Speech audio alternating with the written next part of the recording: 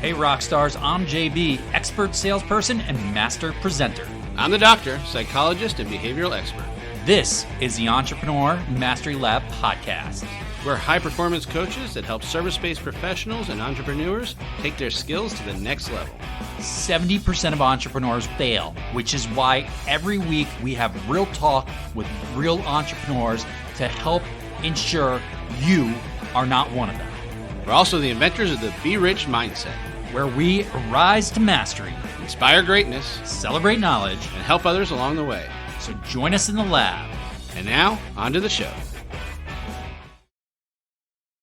Welcome to the Entrepreneur Mastery Lab podcast. I am the doctor, and happy New Year. It is 2023, and we are excited to kick the new year off strong. At least I am. JB is still recovering. You know, New Year's Eve, he had to stay up past his bedtime. He's just not good at that. He likes to be to bed early, but he had to stay up and celebrate. So he's going to be recovering for a few days to make up for those few hours he had to stay up. So he'll be back next week. But this week we are doing a special episode. We are doing a year in review of 2022's podcasts. I don't even know what year it is anymore. We just got to a new one. Will you be like me for like the first 3 months writing the wrong date? I know I'm going to do that for sure. So if you're a first-time listener, this is a great episode to see what we've done over the last year. If you're a returning viewer and listener, this will be a great podcast to relive some of your favorite moments, or maybe an episode or two you might have missed. So we're going to throw some clips from the last year, 2022, and you're going to check it out, and you're going to enjoy it as much as we have. We really appreciate everyone that has joined us over the last couple of years. And if you remember last year, we did an awesome review episode as well. So we are going to start off the new year with the review of 2022 and some of our favorite clips. Enjoy. And if you're new here, don't forget to hit subscribe and turn on those notifications, because you're not going to want to miss what we got in store for 2023. Enjoy.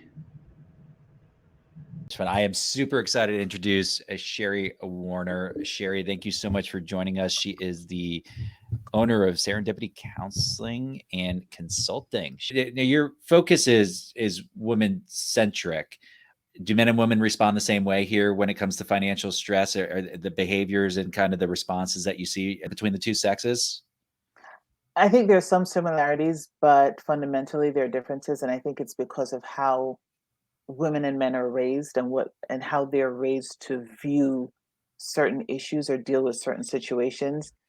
And now I'm going to speak in very general terms. See, this is where the lawyer in me comes out, because I always have a caveat, right? You know, my voice was itching too. So I'm going to speak in very general terms. But men typically, depending on the cultural implications, are raised to be the hunters, the character, they're the ones that take care of the family. It's their responsibility to make sure that everything runs okay at home. They have kind of this overview of what their responsibilities to their families are. Women are typically raised to be the nurturers, the caregivers. They take care of things on the inside, make sure that all the wheels are oiled and running smoothly. But now we live in 2022, where both men and women are out there, and we're in the workforce, and we're not quite equal, but the responsibilities are the same. But we still address them, and we still deal with them very differently. Women tend to become more stressed out because they were raised to believe that they get older, they get a job, they get married, and then there'll be a pair of them handling the finances, bringing in the income, and they're doing it together. It's not really working out that way. A lot of the women that I work with are single moms, or they've been married and divorced, and they still have the responsibility of taking care of family. So they tend to become more stressed out. They tend to struggle with anxiety and depression more, and it affects them in different ways.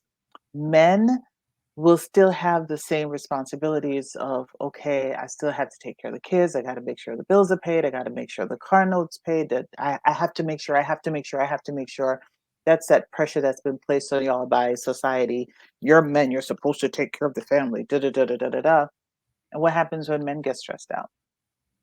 They internalize Shut because down. we don't like to talk. We try to get you to talk and you say we're bothering you. We're Yep. just trying to share the load. But, men then they internalize. But what happens when you stuff a bag too much? It begins to pop out on the sides. Eventually, they will blow. Hopefully, they find someone that they can talk to, or they find other ways to release all of that stress. But anxiety can affect men in similar ways that it affects women, because it will affect their system internally as well. I think they only shut down is because you only ask those questions during the football games. Not true. No, that's not true. And it's actually interesting because in my practice, I work a lot more with men. So we have like the antithesis, and I'm seeing a lot more these days of men opening up and wanting to open up. Yes, And I'm so happy for that. And what we're finding, and what I see a lot, and I'm sure Shari will agree with me, maybe, that a lot of this is societal restrictions. Like these are all constructs that were created by society, of these labels that we're supposed to fit in. But if you pull all that back and people are just allowed to be themselves, there's going to be a mixture across sex. That there's going to be some men that are very open and want to share. There's going to be men that are very shut down. There's going to be some women that are very open and very shut down. And it's not across the sex and gender as much as it is just what societal pressures put on it. And left to their own device, you would probably see a more even mixture across the board. They were really allowed to be themselves. I would agree. If you just let people be themselves, right? If you just allow them the space to just be themselves, to be authentic, to just be whoever it is that they want to be, I think people would be healthier. I think they'd be more well adjusted. I think they'd be just happier. But when you try to meet these unreasonable expectations that society places on you, some of them are just, you just can't live up to them no matter what. Every time you think you've met the bar moves higher, and you're like, oh my gosh, I can't catch a break. But people who learn to just be tend to be a little bit happier. Really excited to have him. We got Greg Dozdow, Dozdow Financial CEO. He's also CEO of Convos from Snappy Kraken, which is a fintech company. So he has his hands not just in financial services, but in the tech side of financial services as well. Not just helping clients, but helping other advisors, which is freaking awesome. So at what point did you start to, once you were able to really get going with that, see the impact of it, right? Because previously you had been in this experience where you wanted to do this stuff and you couldn't. Now, all of a sudden you're director of business development. You're helping other advisors implement this sort of thing into their business. What kind of impact has that had, and how important do you think it is to any business, let alone advisory? Text messaging in general is, I think, an underused business development tool, and also client service tool.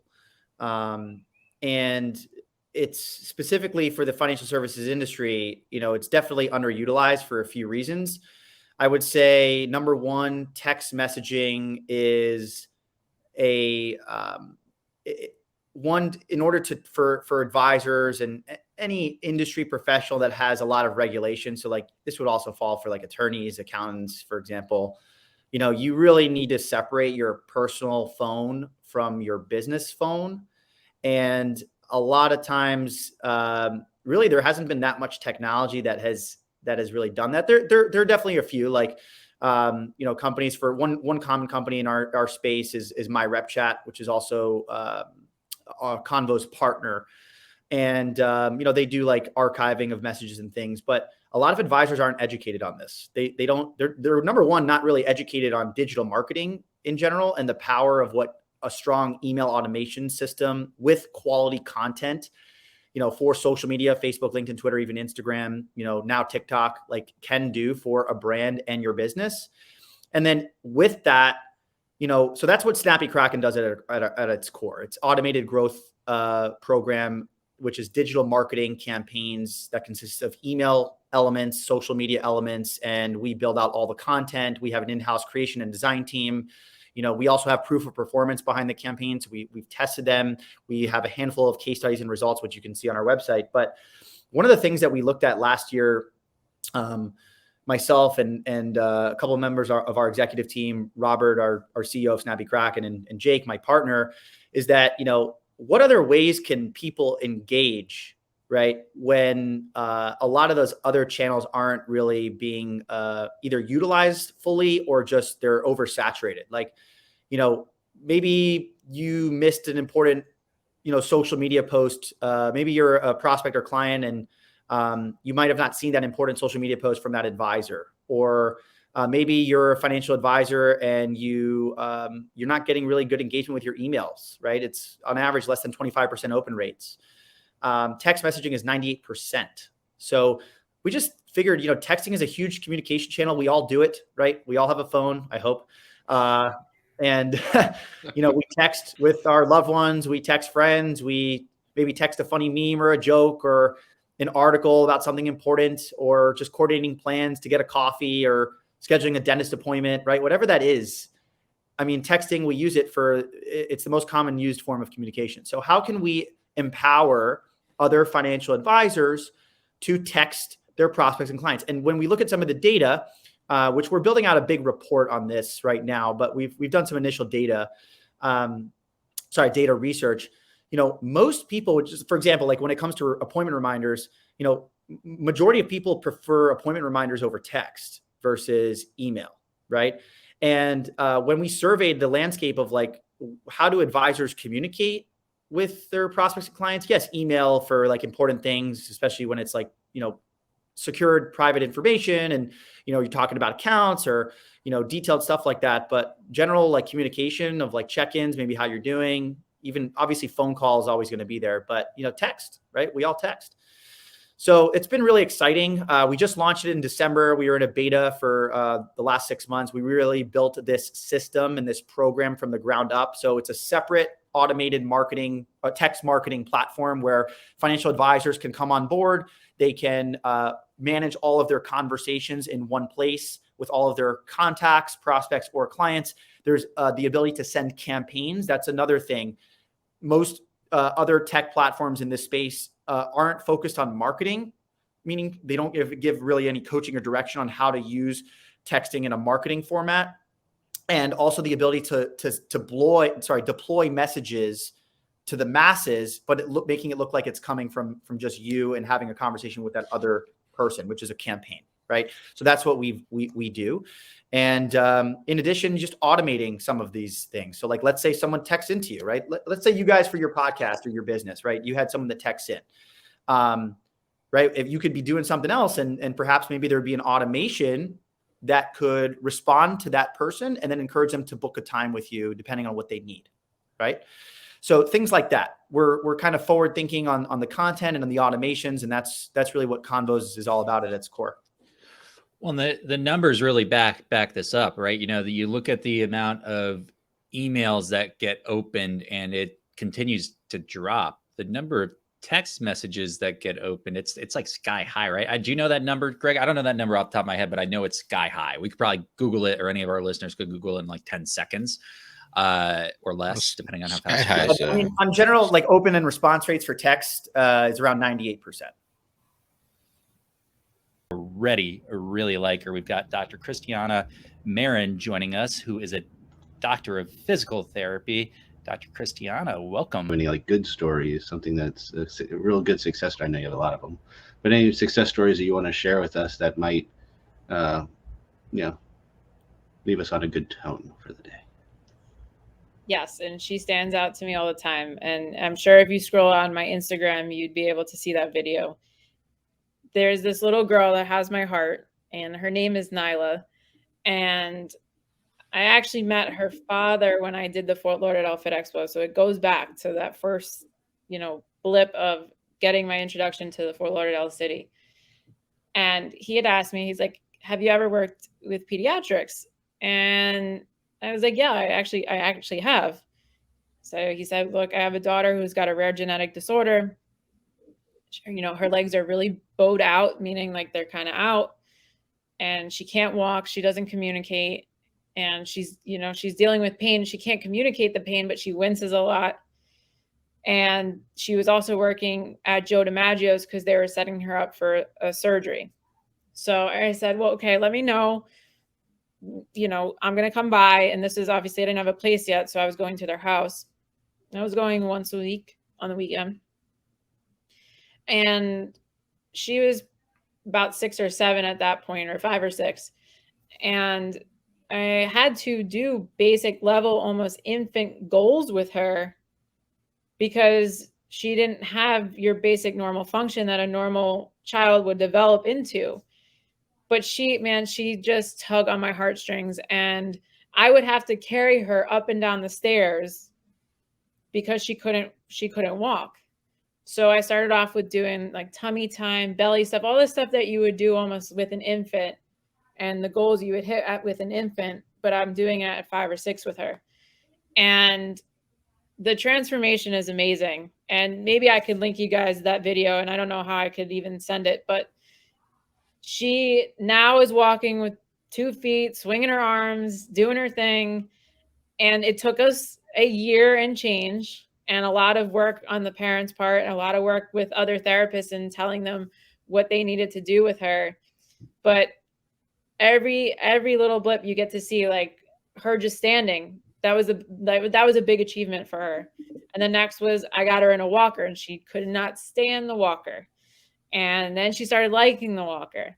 And then she got to literally just walking without any help and just with her arms up, walking into school, because then she could finally go to school. And that's when I knew, and I did it with very little equipment. I did it with very little, nothing fancy, just my knowledge. And she had a strong will to work with me. And that was the moment I knew, like, you are really good at what you do. You might second guess yourself sometimes, but don't forget that, like, what you've done for this little girl speaks volumes, because her mom texts me for her birthday. Her mom texts me. Now they're in North Carolina now, but she texts me all the time, sends me videos of her just living her life and doing her thing as she can with the diagnosis that she has. And, you're talking 2-3 years later after the fact. And that it's always just a constant reminder for me, like, you have this power and it's so great, and you got to just keep sharing it. And if you can help one person, you can help a lot of people. And that is the one that sits with me all the time. It's amazing the changes we can make in the world, right? And sometimes it's easy to doubt our ability to do so. And then you get a story like that where you've actively changed somebody's world and been a part of that. And I'm certain it took a lot of hard work from a lot of people, including your patient, Nyla. But it's an incredible life-changing story. So love hearing things like that. Dr. Christiana, absolute pleasure to have you on and joining us, and to share a little bit, not just about your journey, but some of the struggles and some of the really cool success stories like that. That's really neat. What is up, everybody? Welcome back to the Entrepreneur Mastery Lab. I am JB. And if this is your first time listening in, thank you for joining us. You're in for a treat. This is a quick hit. It's just me. It's a solo episode. I want to talk about sales, and I want to talk about setting the expectation. Why sales? Well, it's my favorite topic of all time. You guys know this already, probably. If you don't know me, now you know my favorite topic. So sales and setting the expectation. And what brings this up? What brings it up is I'm on LinkedIn and I'm reaching out to people. And you know what we do. For those of you who have worked with us in the past, we're soft skills development. We work with teams and individuals to help soft skills. So I reach out to people, and I reach out to a certain subset of people on LinkedIn, specifically financial advisors. They are people I'm super comfortable working with. I've done a lot of work with them over the last almost 20 years. So I feel pretty good about reaching out to especially established financial professionals in the financial services industry that have designations, that are planners. Now, this is a super easy thing to do. I reach out, I send a message, and I just say, hey, do you invest in soft skills development? It's actually my second message. My first message is, We know some of the same people. Let's connect. Or we've got this in common, or we're alumni together, whatever it happens to be, right? A nice soft message. Let's connect. And then a second message, if we connect, only if we connect, do you invest in soft skills development? And I got a response back recently, really recently, that said, no thanks. I said that in a way where it's like there was a period at the end of no thanks, but there's no period. It was just a no thanks, no capitals, no nothing, a super fast response. The person I was reaching out to obviously felt like they were being sold. Now, I don't know if this is an experience that they've had with other people that are just going out to actively try to sell them as hard as possible, or it's a result of them being very busy. But I found it interesting that they wanted to connect and they were unwilling to even engage in, let's call it a communication, a respectful communication. It was a shutdown and a hard shutdown, and it's okay. In sales, we get doors shut on us all the time. That's not a big deal. But what was interesting to me and what brought this up is I had this thought where, I'm glad I asked that question up front, not because I want people to feel like they're getting sold. I don't ever want somebody I work with to feel like they're getting sold. The people I work with and the people who choose to work with myself and the doc want our services because they have a need, they have a problem to solve. Now, what that specific problem may be can depend on each individual and team, but there's a problem that needs to be solved. I mean, this is just what it is. And so this was a really interesting situation because I like to ask this question. If you're not investing in soft skills development as a professional, I could argue you're missing massive productivity gains. You're missing a huge piece of what separates the elite, the really, really good professionals and entrepreneurs with everybody else. I could argue that. It's almost irrelevant. I need to know if you're investing in soft skills development because I need to understand, hey, there is a basis for us to have a partnership. Now, I don't want that to feel like sales, but I do want to set expectations with the people that I'm meeting, and I'm being deliberate about meeting.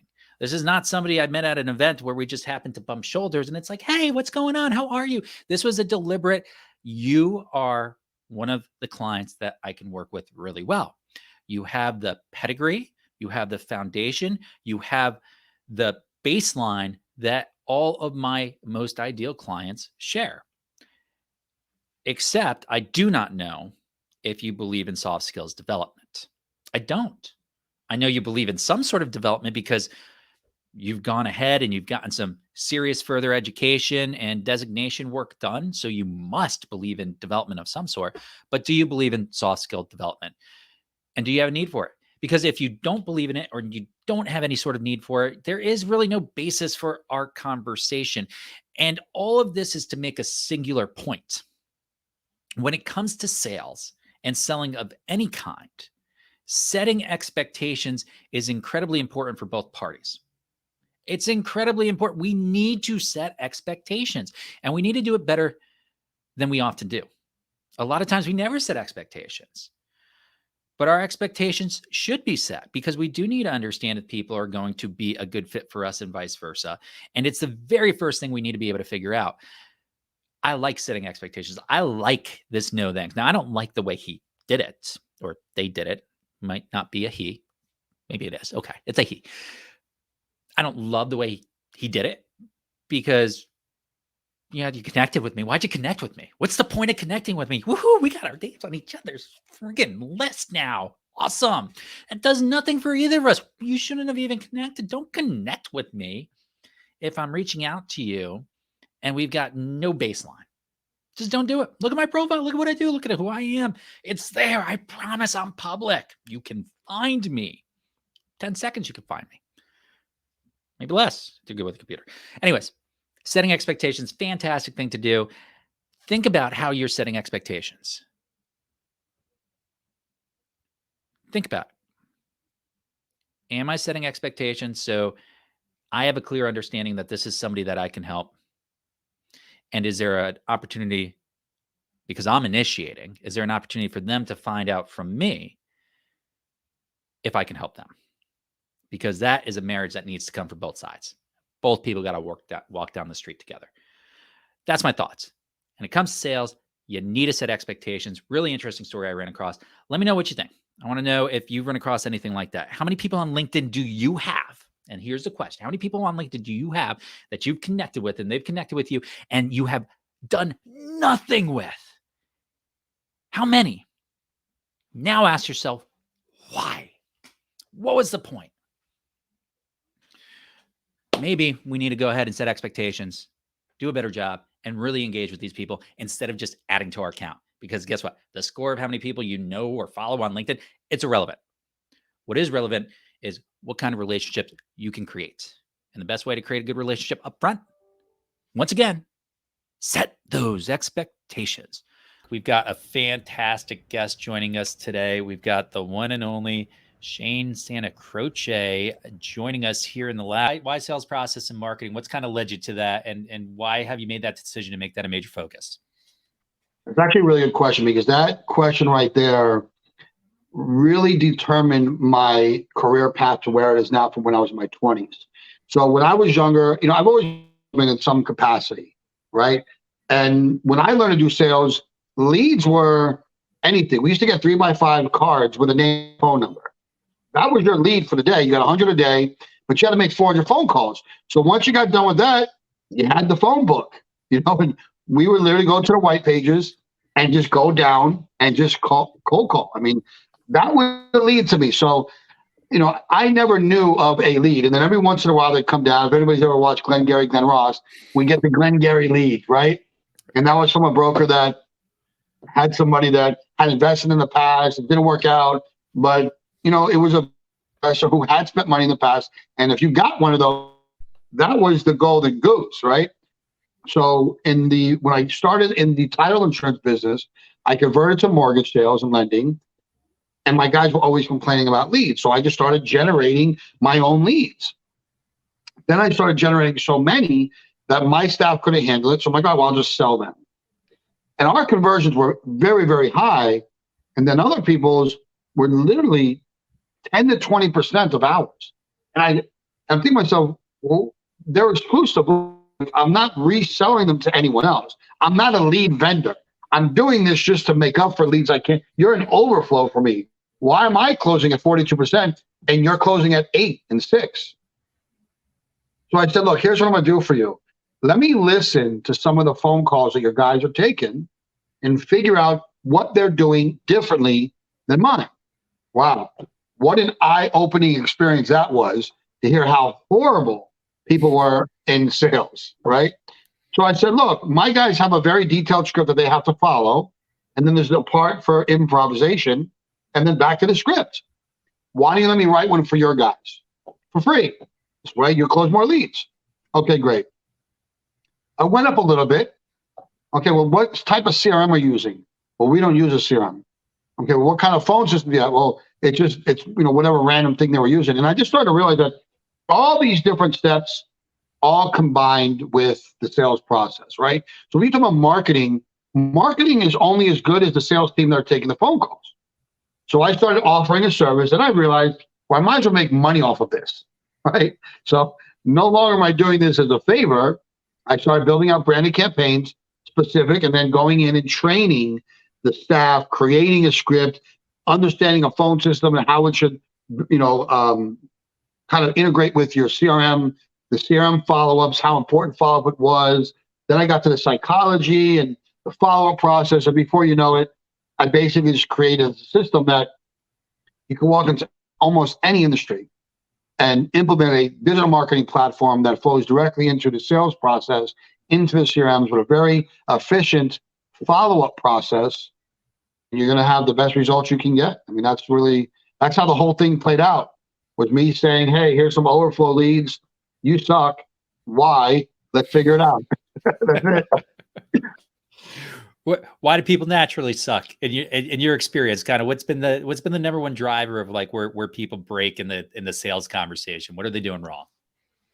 I think there's a lot of myths about sales. Like, number one, salesmen are born, not made. I believe that for the first half of my career until I started educating myself on actual sales. So for me, I was a salesman because I was hungry. Like, I lived in my mom's car when I was 12. So I got a job because I didn't like that very much, And over time, I just, I wanted money. So it didn't matter. You gave me somebody to call and you said there's a potential to make money out of it. I'm calling. I'm not going to stop until you just block me, right? So that was within me because of the need to survive, literally as a teenager. But what I realized is that I started to learn and educate myself in sales and reading like Robert Kiyosaki and Robert Greene and Tom Hopkins and so forth, Zig Ziglar and Dale Carnegie. I realized that this is something that can be taught, right? And, I literally had this conversation just this past week with somebody because they didn't go to college. And I'm sorry, it was actually their kid we were talking about. He wasn't going to college. He had really nothing going on. And she said to me, Shane, what do you suggest he does? You have him learn the sales. It's the only place you can go that has an unlimited potential of revenue based on your work ethic, period. She's like, well, what do you mean? And I'm like, take this course, buy all these books, read them in this order, da-da-da. And it all came out, what I was suggesting them to do, to about $30,000 over the course of a year. And she's like, that's crazy. Why would we spend that money? I'm like, well, where'd you go to college? And she went to UF, and her husband went to FSU. I go, what'd you guys spend on college? Oh my God, this, da-da-da. And, she's in the medical field, he's in the IT field. They spend an obscene amount of money, right? 6 figures between the two of them. I said, so you guys are willing to spend 6 figures on a college, of which either one of you are really actually utilizing your current career, right? But you're not willing to invest $30,000 to educating your son for him to have a career? And they kind of looked at each other, looked at me like this light bulb went on top of my head. And she's like, wow, I never really thought of it that way. I said, so most people don't spend the time investing into themselves.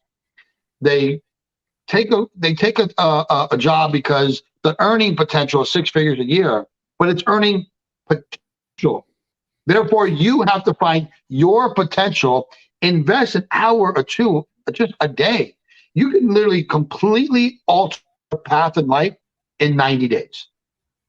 Doesn't matter if you're 50 years old or 15 years old. In 90 days, you can completely alter your trajectory in life. So why not put in that focus, that time, and that dedication? And most people, they just don't do it. And they use the excuse, Shane, you're just a natural at this.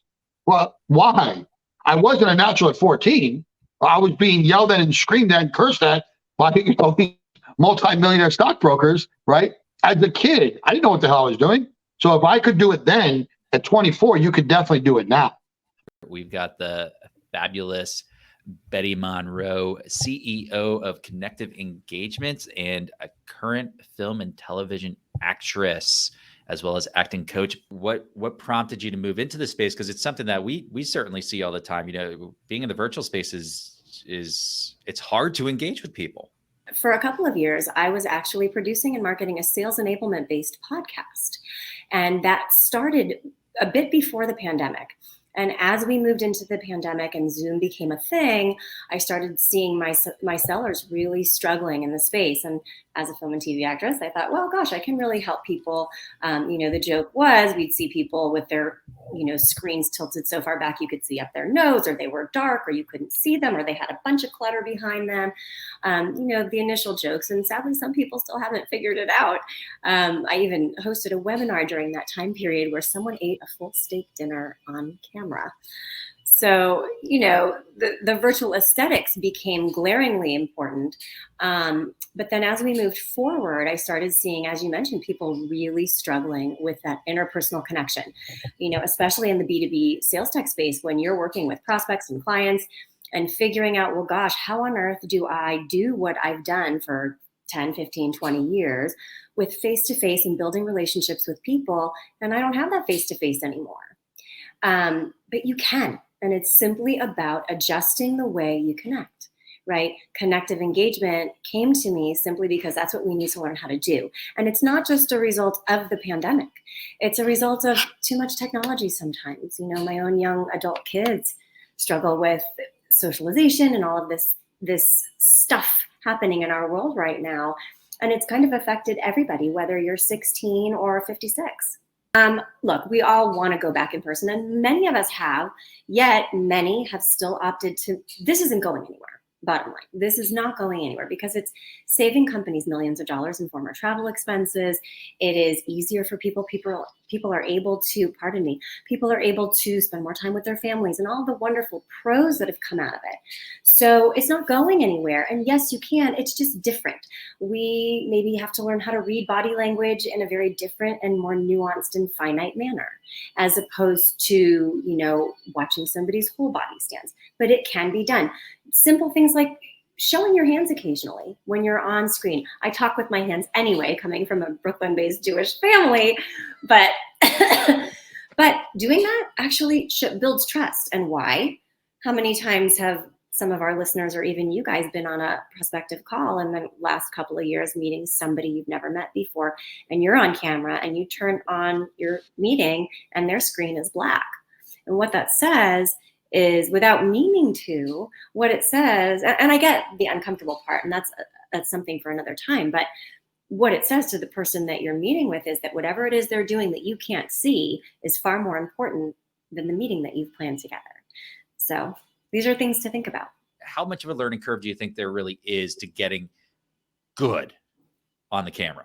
I don't think it's about so much, Josh, being good as being self-aware of the constant ebb and flow and changes taking place in not only our personal lives, but our business lives due to the pandemic. So I think a lot of people have figured it out, but a lot of people still haven't, and a lot of people are still struggling. This being on camera all day is exhausting for everybody, even the most seasoned professional. And Zoom fatigue is a real thing. So a nice part of bringing that self-awareness in, whether you are an employee, a seller, or even a team leader or manager, or a head of an organization, is maintaining an awareness of all of the things that are involved. Everyone is still getting used to the fact that their naked 4-year-old is maybe going to come running behind them in the middle of a meeting that's set up this way. With a CEO and 10 important people going, "Mommy, I'm Superman." And it's okay to laugh, and it's okay for your dog to come in or your cat to decide to come in and sit on top of your screen, because that's just kind of where we are now if you're meeting virtually. And I think people, as it's been over 2.5 years now, are getting more and more used to these things. But what we need to do is learn how to bring those things back in. But this is the thing. We're all human beings being human, and we're all in the same boat on the same sea. And we've now had enough time to kind of adjust to what this is. And you need to be yourself, because in order to achieve the genuine connection through a screen, as opposed to face-to-face, reading someone's body language, eye-to-eye contact, blah, blah, blah, you have to be able to be yourself. That's why I have my family photos behind me. I'm in my kitchen. This is my home. It's really important. And when you are in a position where you're in meetings with people perhaps you don't know well, these things behind me might be a really great conversation starter. And the other thing is, people are so overwhelmed with everything going on in the world right now. It is important for us to recognize that it's that personalization needs to come first at the beginning of any meeting, and not just about the weather. How's the weather? The photo behind me might become a conversation piece.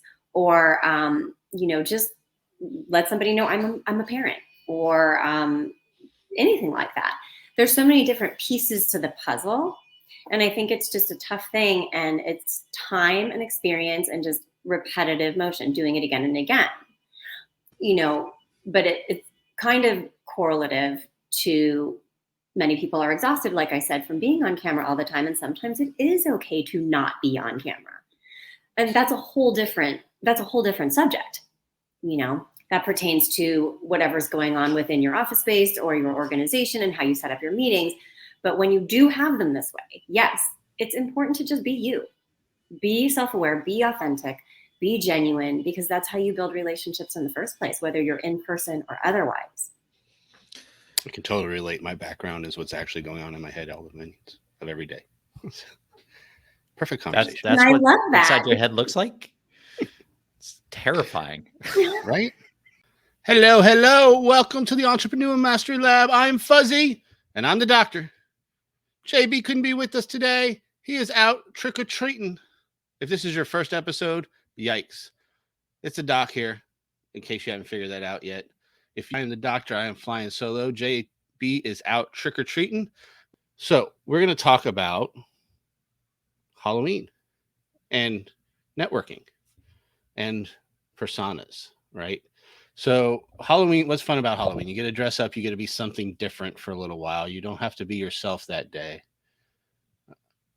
But generally, when you pick a costume, there's still a bit of your persona in there. Otherwise, you wouldn't choose it, right? There's still something you like about it. Networking is very similar. A lot of people like to network. A lot of people don't. A lot of people are very happy to get out there and shake hands and meet people. A lot of people aren't. You might fall in either one of those. So what I want to talk about a little bit is how to put on a performance, just like you would on Halloween while you're networking. Does that sound weird? That's all you're doing. You're putting on a costume. It's just your networking costume. Might be a suit, might be your logoed shirt, whatever it may be. You go out there and you're putting on your costume and you're going out there and networking. And the big part of that is feeling comfortable doing it in delivery. So if it helps you, pretend like you're playing a character. Pretend like you're being the representative of your company, right? Easy for you to say. That's your costume for the day. Get into that character. What is that character like? What does that character do? How would that character sell your company? That's one way that you can make you maybe feel a little bit more comfortable while you're out there networking, right? Especially if you're someone who loves Halloween and loves playing a character in those moments. Now, I know I'm hearing you already. What about authenticity, Doc? We don't want to be someone else. But just as I was saying earlier, it's not being inauthentic because you're still you. You're playing that character as a way of a vessel to get it out there a little bit more. So you're thinking a little bit different in your mind. It's a mindset character. You're still you. You're still talking about the things you know and love. You're still talking about your business. It's just a way of doing it that takes a little bit of that stress off and a little bit of a mindset shift. But you can tell I'm really excited. It's not like I've been out trick-or-treating eating all the candy. Maybe a little bit. But that's what I want you to do. I want you to kind of think of it as a performance piece. Networking, a different persona. If you feel uncomfortable, just say you're putting on that Halloween costume. You're putting on that networking costume. You're going out there and you're just going to have some fun and let loose a little bit. It's still authentic. It's still you. It's just a part of you that gets to perform.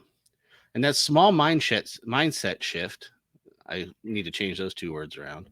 That small, let's say it together, mindset shift is all you need to do to get into the character and have a totally different output when you're out there networking.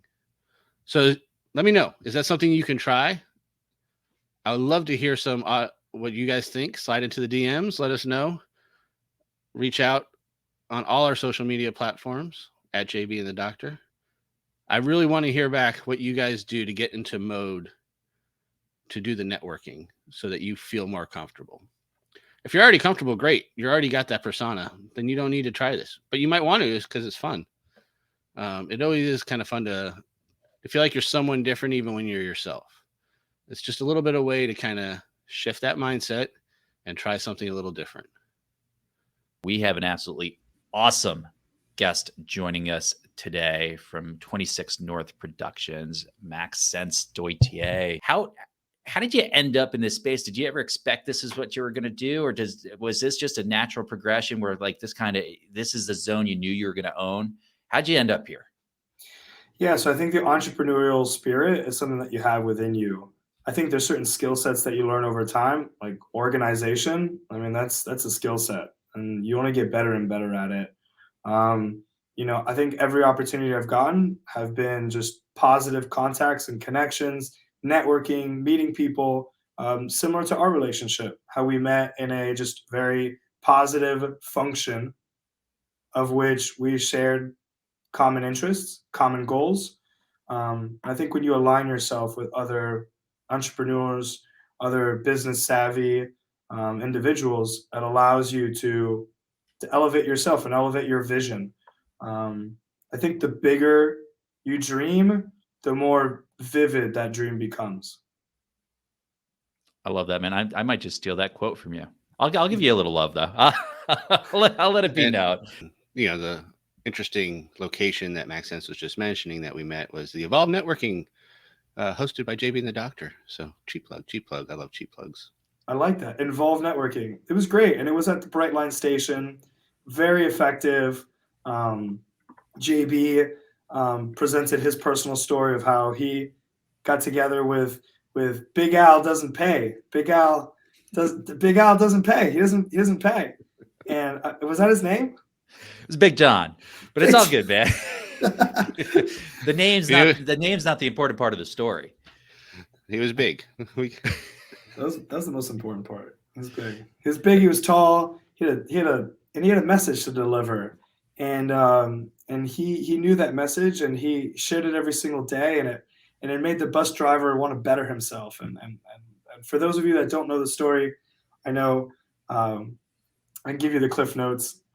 They'll just have to show up at one of the events. Yeah, that'll come to one of the events. I don't always tell that story, but I have told that story a number of times over the years. And the shocking thing about storytelling, I guess shocking, maybe not if you do it, it sticks with people, right? Just like you're remembering that story, and that event was months ago at this point. You're remembering that story, and good stories stick. And that's just a great story about assumptions and framing and how we look at life and the perspective that we carry into something. And so it's just a powerful story. So I'm glad it did stick.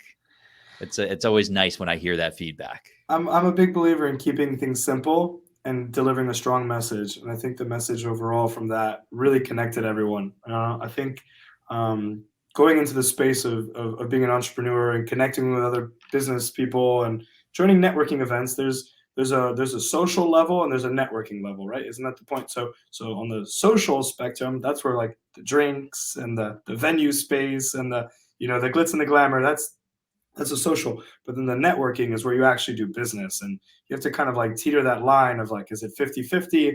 Is it 70-30? Is it like, where are you going? And so I felt like, the welcome speech that you gave with a very satirical, comical, very easily digestible story had very I think it fell on everyone's ears very nicely. And so although I don't remember the characters' names, I do remember the story, I do remember the message.